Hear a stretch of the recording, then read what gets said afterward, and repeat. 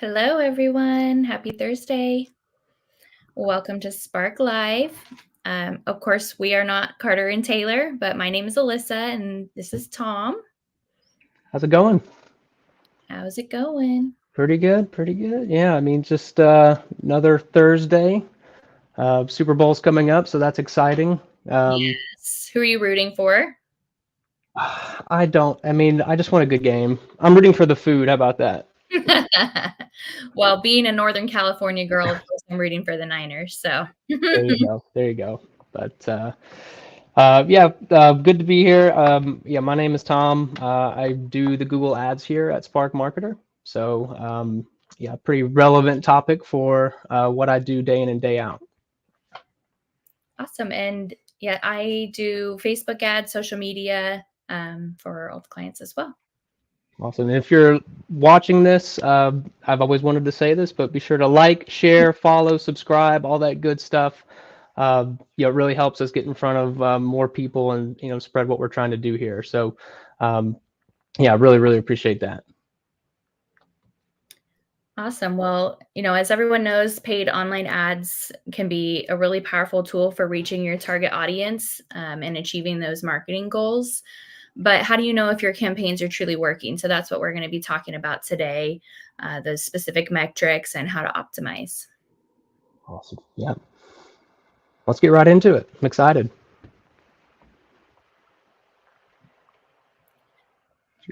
All righty. So let's talk about goals. The first thing that you're going to do when you're thinking about an ad is, what is your goal? What are you trying to achieve and who are you trying to reach with your ad?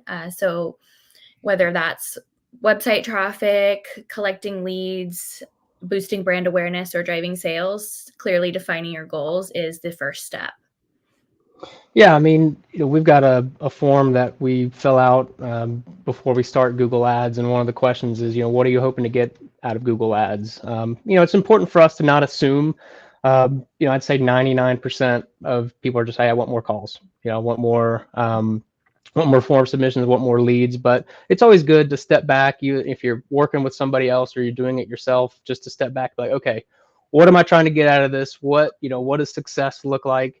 And how am I going to measure that success? So definitely, before you get started, it's something you really want to pay attention to. And like I said, if you're working with somebody, make sure you're on the same page with them about like, what do you want to get out of this? Right. And for example, on Facebook, if your goal is lead generation, you're going to want to track cost per lead pretty closely. So that metric tells you how much you're paying for each new lead generated through your ad. On the other hand, if your goal is website traffic, you'll focus on the click-through rate, which measures how many people click on your ad after seeing it. Yeah, definitely. And with Google Ads, I mean, like I said, most of them are, get more phone calls, get some leads, more leads, more form submissions. So, again, it just depends on, what you want to get out of it. If you've got YouTube, you want to do some YouTube advertising, then yeah, you'd probably want to get in front of more people. So impressions would probably be a goal that you want to set for those campaigns. So yeah, it really just depends. But I think taking that time to either outline it yourself, think about what you're trying to get out of whatever campaign or whatever platform you're using, or if you're working with a marketing partner, like make sure you're on the same page so they're not just assuming, well, we just want to get you the most clicks possible, and you're like, well, actually, I really want phone calls. So make sure you're all aligned and on the same page. And I hate using aligned because it's such a overused term, but you really do want to make sure you're aligned with what your goals are. Yeah, absolutely. Well, we've been throwing around a lot of different jargon here, so maybe we should cover what some of these metrics mean. So diving into the key metrics. For Facebook, more so, impressions is something that you see a lot. So that's going to be how many times your ad is displayed. Think of it as the number of eyeballs that saw your ad. And then reach is the number of unique users who saw your ad. So that helps you understand how wide your net is actually cast. Clicks, of course, if however many times somebody clicked on the ad, and cost per click is the average cost that you pay for each click in your ad. So a lot of people ask me, am I Am I paying per click? And that's not necessarily what that means. What that means is you had a set budget, and based on your impressions and reach and clicks, that's what you're averaging per click. No, and if you're watching, if you got any questions, feel free to chime in. It's a lot more fun when we get questions and we get that audience engagement. So, we promise we won't bite. But yeah, if you've got questions, feel free to ask them. Be happy to get an answer for you. Um, but kind of on the key metrics, one of the things I look at, and really when I was asked to do this, was conversions. And conversions is such a it's a big topic, so I'm going to try to um, condense that into just a little bit of time that we've got. But conversions, especially in Google Ads, like I said earlier about your goals, most of the time it's calls and form submissions. But in Google Ads, you can set a whole variety of different conversions. Like whatever is important to you in your business, you can set that up as a conversion. So sometimes we've got button clicks that we want to track as a conversion. We've got, again, phone calls. We've got phone calls from the ads itself. We've got phone calls from the website. So it's really important if you're running Google Ads, I cannot emphasize this enough, that you have conversion tracking in place. But when I do audits for accounts, that is the very first thing that I look at. Once I get the login, once I'm able to access any of the account, I look to see if you've got conversion tracking set up, because I know if you've got the conversion tracking set up, I'll have more information to troubleshoot to see how the account is performing. So it's really, really important that that conversion tracking is set up, and it's tracking the things that you want to track. Like I said, there's calls and form submissions. Those are the big ones. But make sure, if that's important to your business, if you want to drive leads and you want to measure the success of these campaigns, that you've got those set up correctly. Otherwise, you'll have conversions that are being counted into the reporting, but that aren't actually leads in the sense that you think they are. So that can cause some confusion when one person or one party is reporting these numbers, and then the other person's like, wait, I'm not seeing that on my end. So really, really important that everything is tracking correctly, and everyone's able to speak the same language to each other. And again, I keep going back to it, but phone calls and web and form submissions are the two big ones that we see. And then kind of akin to that, but it's the cost per conversion. So how much each of those cost. Really, really important to know how much each that phone call is costing, and how much that's going to cost you. And again, you to get that by your total spend and divided by how many conversions that you got. And so it's just a really quick way to see, hey, how's that campaign doing? How is that ad group doing? How's that keyword doing? Like how are we doing by these metrics? Because if not, you just see the the impressions and the clicks and the cost per click. Like all that's good information, but the thing that I look for the most is conversions and the cost per conversion. So I know it's a lot. I mean, I know there's a lot there to unpack, but I mean, like I said, I cannot emphasize enough how important that is, especially just with how in depth these campaigns can get with Google, and it's always changing. There's so much going on with Google, and I'm sure Facebook as well. But I mean, really, really is important that if you're running Google Ads, especially, you've got that conversion tracking in place. Yeah, great point. And definitely things are always changing, Yes. especially with Facebook.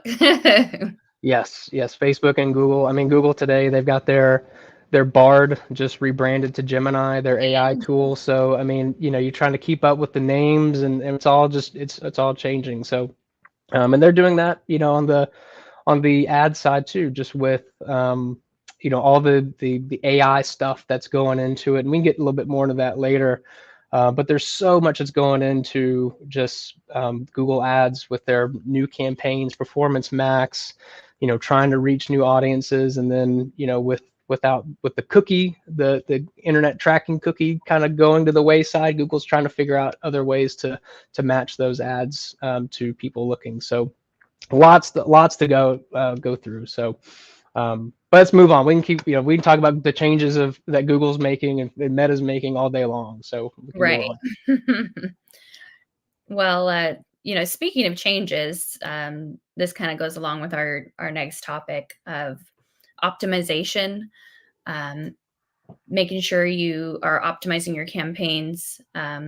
So recently, I found out in Facebook with targeting your demographics and groups, you can actually target people even more specific than you used to be able to. So you can target people who have a birthday, an anniversary coming up. Say you want to do a special, hey, it's your a birthday month, you get 10% off for your birthday. They're just adding more and more ways that you can personalize it to people. And I think that's a big difference with Facebook and Google is Facebook's really diving into somebody's social life and their personal life to, gain traction. It's really interesting, actually.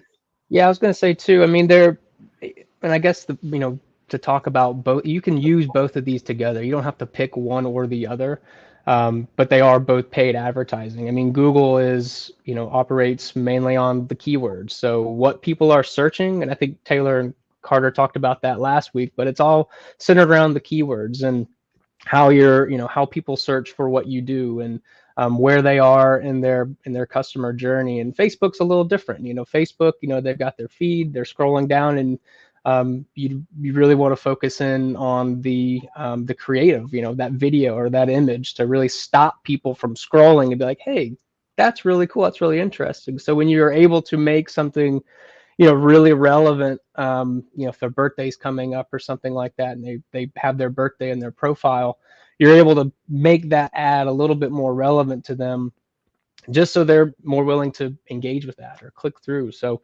really interesting how Facebook and or Meta and Google, they're kind of two sides of the same coin. They're both paid ads, but they kind of fit into different spots within this customer journey. So anyway, go ahead. I don't mean to interrupt. Yeah. No, no, those are all great points.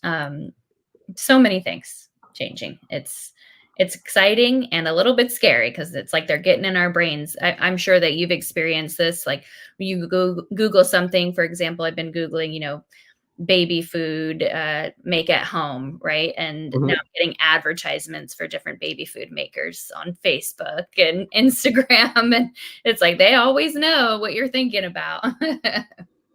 Absolutely. Yeah, they're really, I mean, it's kind of a bigger topic, but really trying to create audiences. I mean, Google is trying to interpret intent with even just keywords, and so it's trying to match what's this person searching for? Is it relevant? And trying to group these things together and use this audience to deliver those ads. And so, there's a whole lot of um, especially on YouTube. I mean, all kinds of stuff that beneath the hood that Google's just kind of matching. And it again kind of goes back to your goals. A lot of our clients in the home service industries, that's not the biggest priority for them. They're looking for leads, but we've got more and more that are doing more YouTube advertising and using those video assets. And so now it's like, okay, well, how can we use that asset not only on their YouTube channel, but how can we experiment with some of these audiences and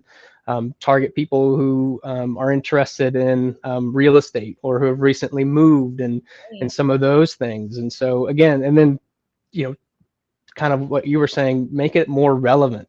Make it as relevant as possible. So somebody that is searching or even just browsing YouTube, they come across an ad or a video. You want to make that relevant for them. You want to make that something they'll stop and be like, oh wow, I didn't know that. And maybe then they go and do a brand search. Maybe then they go to Facebook to see if you've got a profile. And so all these things, we didn't really have a bullet point for this, but a lot of these things fit together. Really, there's not one or the other that's better or worse. I mean, it really is like an ecosystem for how you want to approach it. And that's what I tell my clients too. I mean, you know, just running Google ads, like, yeah, that can do some things, but if you're able to kind of combine the audiences with Facebook, and then some of the actual searches that Google you can in target. That's really what is going to set you up for success. Now I know budgets and goals, like we've talked about before, can change, but I think that's something that I wanted to emphasize too. Is like it's not one channel versus the other. They're not really in competition. It really is up to you as the business owner to decide, okay, well, what are we trying to do?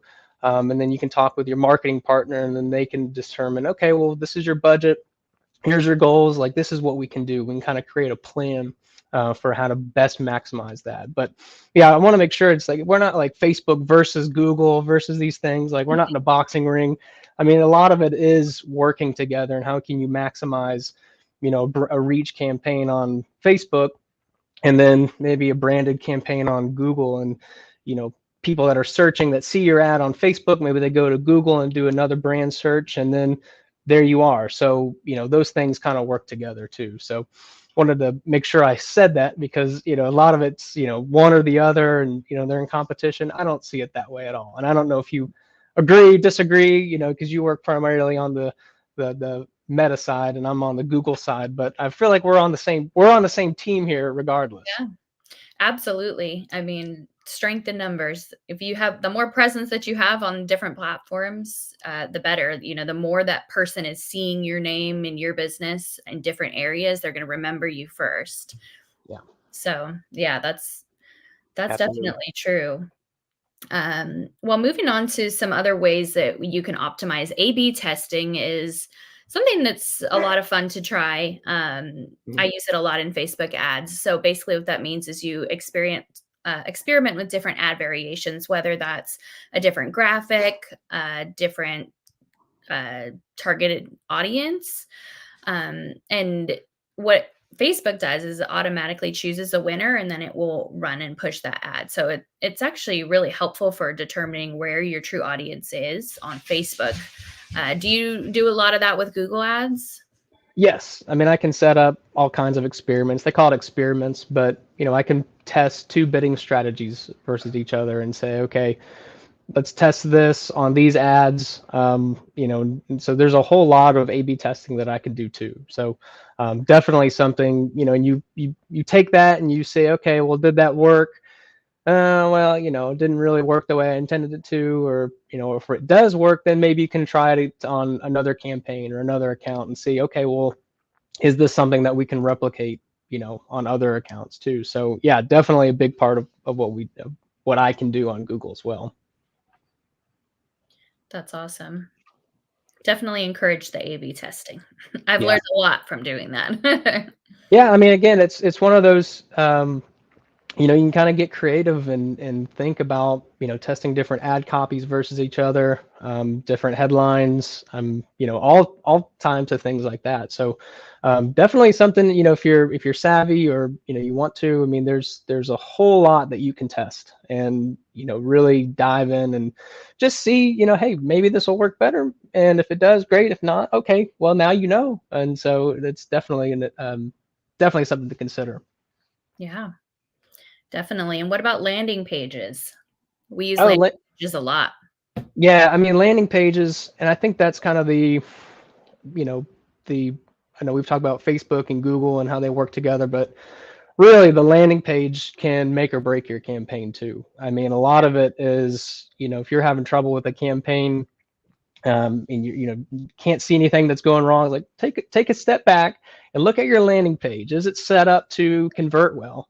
Is the right phone number, tracking number on there? Is it showing up on mobile? I mean, is it mobile friendly? So, Mhm. definitely something, we spend a lot of time in. That's again kind of an ongoing, conversion rate optimization as customers and consumers' behaviors changed. Their expectations are changing and evolving on what they want to get. So yeah, definitely.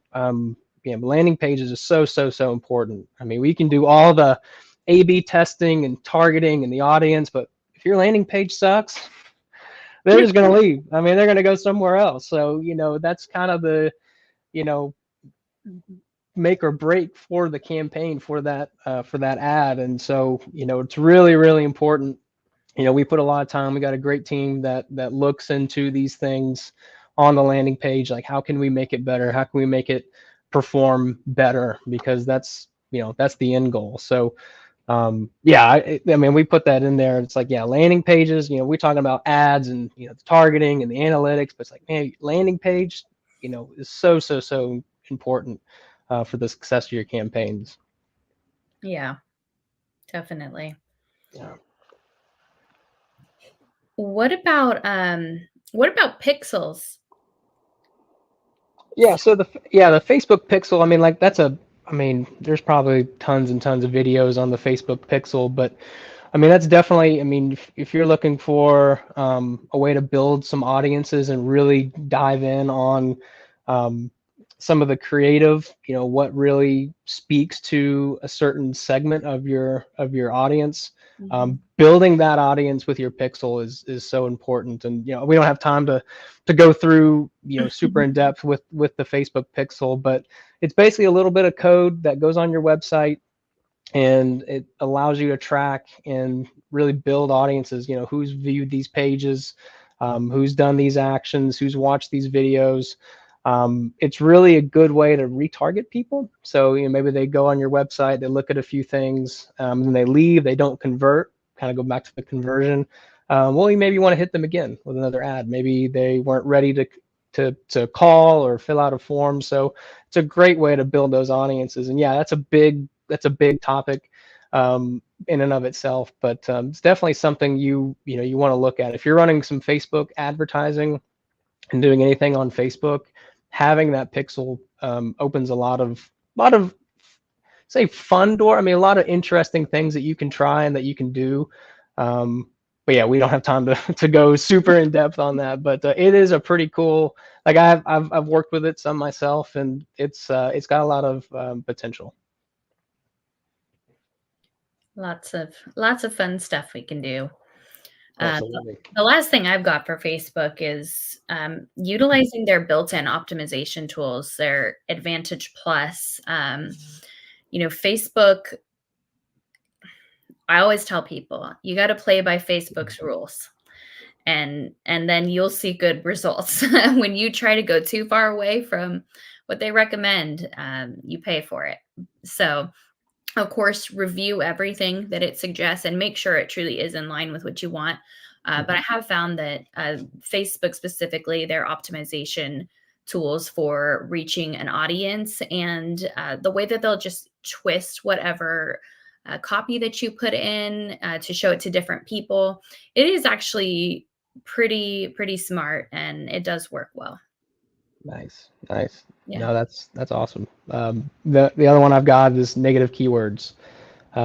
We talk a lot about keywords that you target on Google Ads, and yeah, that's great. But sometimes there's more power in telling Google what you don't want to have your ad show up for. So a common example I use is, um, a lot of our clients are chimney sweeps. Well, there happens to be a movie that features a chimney sweep, Mary Poppins, and there's a song, so chimney sweep song. So oftentimes I'll add song as a negative keyword because I don't want my ad to show for people that are searching for chimney sweep song or chimney sweep costume or chimney sweep Mary Poppins. So I add that in because that's not who I'm trying to reach. They're so that's a great, again, that's a simple example, but there's others. A common one that I see too. If you do not use, if you don't do any gas work, if you don't do any gas repairs, um, you want to add some of the things that you do not do. So gas is a pretty popular keyword in some parts of the country. Fireplace repairs, that's a pretty easy term that people will search, chimney repairs. But if you don't do gas, because a lot of people search gas fireplace repairs, and if you don't do gas, well, you don't need to reach people that are looking for that, right? So there's a lot of power. Like I said, there's a lot of power in telling Google what you don't want your ads to show for. And again, some simple examples there, but really goes back to keyword research and dialing in your campaign so they're as relevant as possible. So that's a huge one. I mean, I spend a lot of my time going through the keywords and seeing what Google will actually show me. That's kind of the other side of it. But based on what I'm seeing, then I can determine, okay, well, this isn't really relevant, and let me just add that as a negative keyword. So our client, our ads, our campaigns won't show for a keyword related to that. So especially movies, there's movies, I mean, it's all kinds of stuff that, I just rather play it safe and add these movies or shows or anything like that, just as a negative keyword. So really, really important. That's pretty cool. I didn't realize that that you could do that on Google. Yeah, I mean, it's not, perfect. I mean, again, we talked about Google and their machine learning, and, depending on how you're bidding, and I don't want to get too far in the weeds, but, it's nice to have some control over, you know, telling Google, hey, this isn't relevant to what I want. Again, not 100% perfect, depending on the keywords and the keyword type that you've got.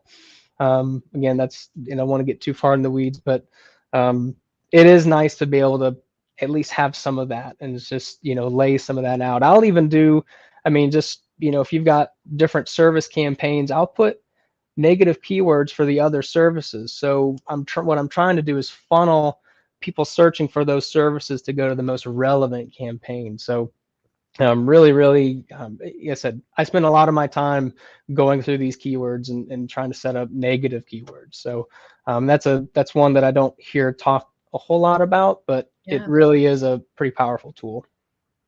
Awesome.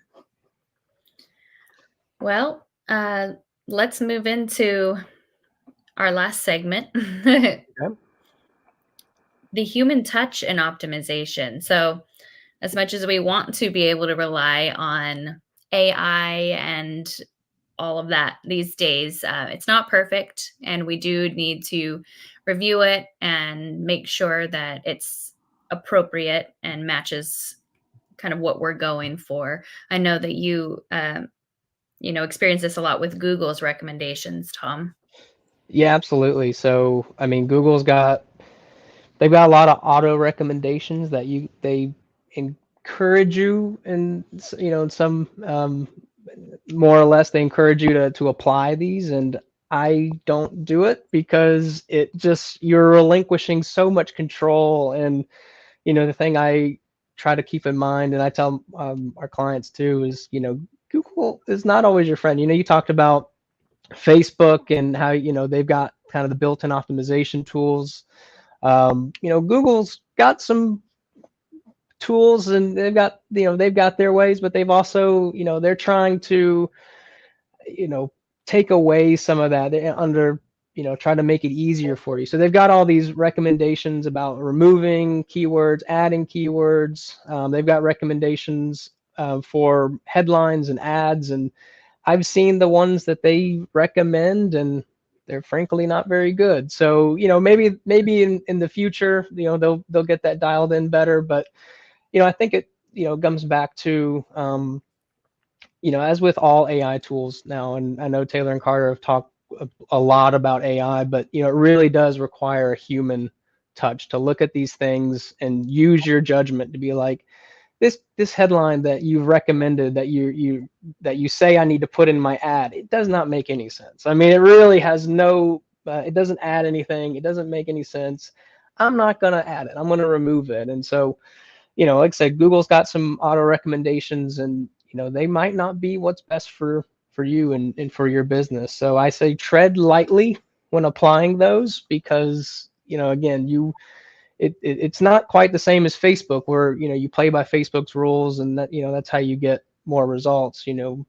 I tend to look at the Google recommendations with a healthy dose of skepticism, just to say, okay, this is not gonna work out the best. So but definitely something that, if you do any AI, if you do anything like that, like, really make sure you're reviewing it with a careful eye, because stuff will get added or removed that you don't want removed because the AI said so. And it's like, look, I'm not willing to give up control to our AI overlords. We're not in the matrix yet. Like we're not there yet. So maybe in the future, they'll get the AI dialed in better to have actual useful recommendations. But the ones that I'm seeing now, I very rarely apply many of them. So again, that's something that if you log in and you're doing it yourself, just pay attention to some of those things.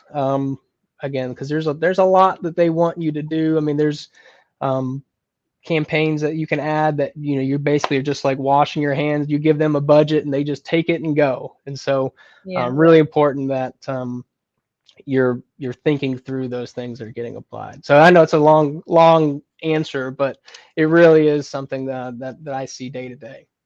Yeah. It's true. I always say Facebook will spend your money. Oh No yeah, need to Google. worry. They'll do it.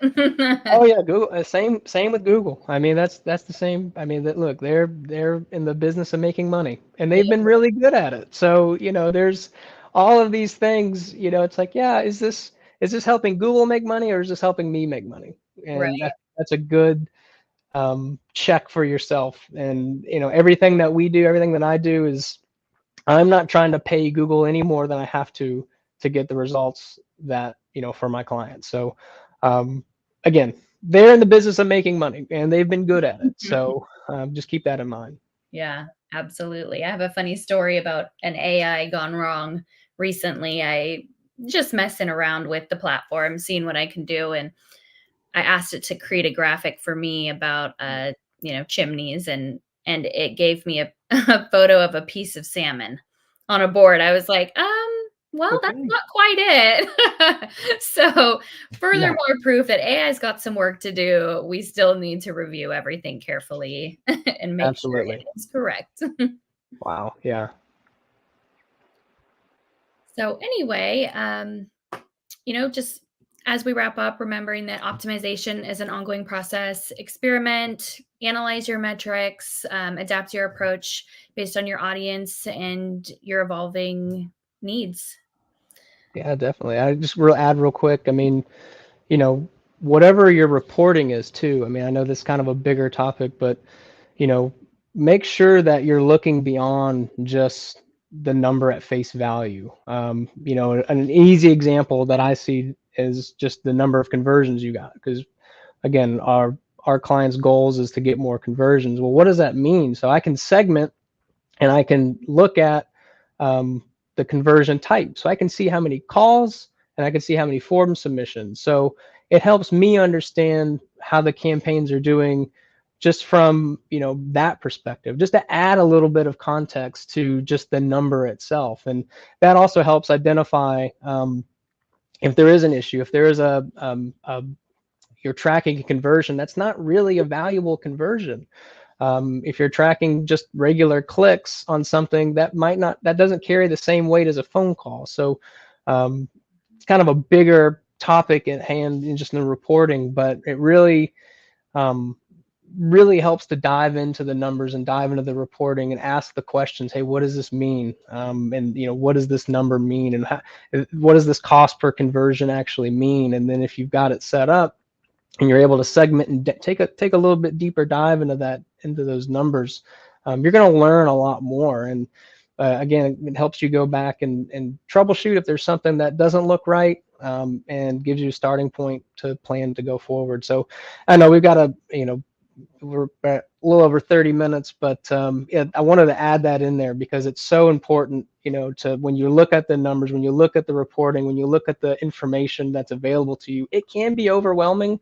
And I know there's plenty of videos out there, courses even that you can take. I mean, just to dive in. But there's some, like I said, especially with conversions and identifying and segmenting what that number is, you're able to make a lot better decisions about how the campaign is actually performing. So really important to understand that kind of stuff. Yeah, absolutely. And I know we could talk forever about this stuff because it can Yeah, be so in depth, but um, we will wrap up. And, next week we've got the HPB Expo. So hopefully we'll see you guys there. I know I'll be there at our booth during the day. And then we are having our client reception on February 13th. So if you need more information about that, just reach out to us, and we're really looking forward to it. Awesome. Yeah, it's here in Nashville. Came back to Nashville, so Oh, excited for that. Yeah, excited. It rotates around. I think it's been a few years since I've been here, so if you're gonna be in town, yeah, definitely come and stop by. awesome. Well, this was fun. Yeah, this is Spark Live. It's also released as a podcast, so you can find it really wherever you get your podcasts. We also send out a recap that's got the YouTube recording. We're also on YouTube, so yeah, we can be found. Just check us out, and yeah, please like, share, subscribe, all that good stuff. It really helps us out. Yeah, thank you all for watching. Next week, Carter and Taylor will be back, and they will be doing a recap of all the fun stuff at the HPB Expo. So don't forget to watch that one. Awesome.